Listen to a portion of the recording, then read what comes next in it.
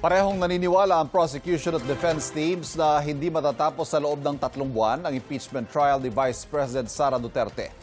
Hindi naman pipigilan ng Clerk of the Senate Impeachment Court ang paglalabas ng surprise witnesses sa paglilitis, pero may guidelines kaugnay niyan. May unang balita si Sandra Aguinaldo.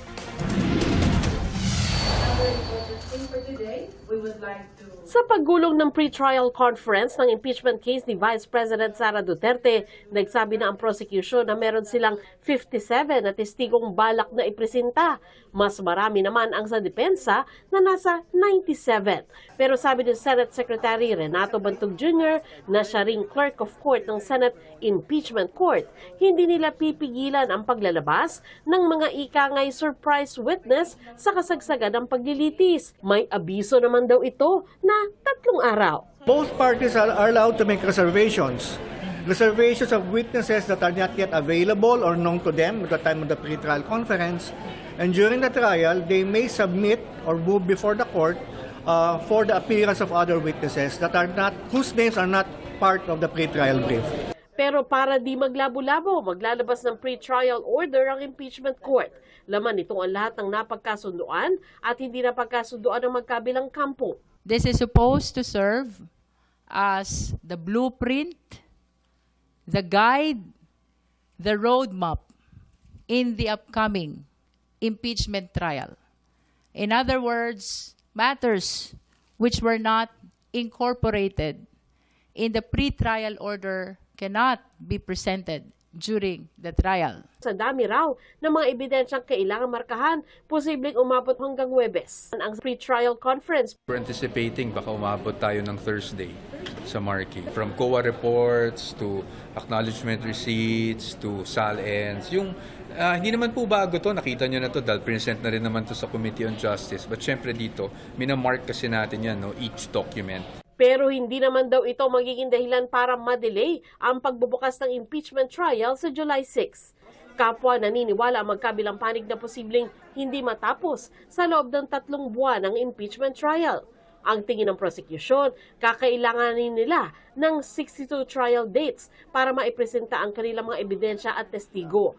30 trial dates naman ang sabi ng depensa. If I will consider the number of witnesses and exhibits of both parties, mukhang hindi kakayanin ng hanggang September lang. With the assessment of Representative Luistro, sa tingin ko 3 months is a bit tight, no? But so we agree on that point.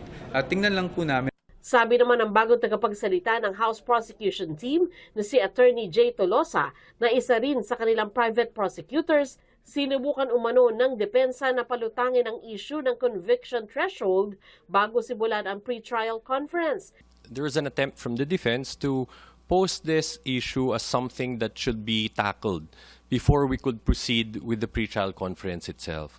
But as I've mentioned a while ago, that was quickly shut down by Kong Luistro by pointing out, no, that's not a matter that could be decided by the clerk of court, no, and it should not be used to delay the pre-trial conference. No?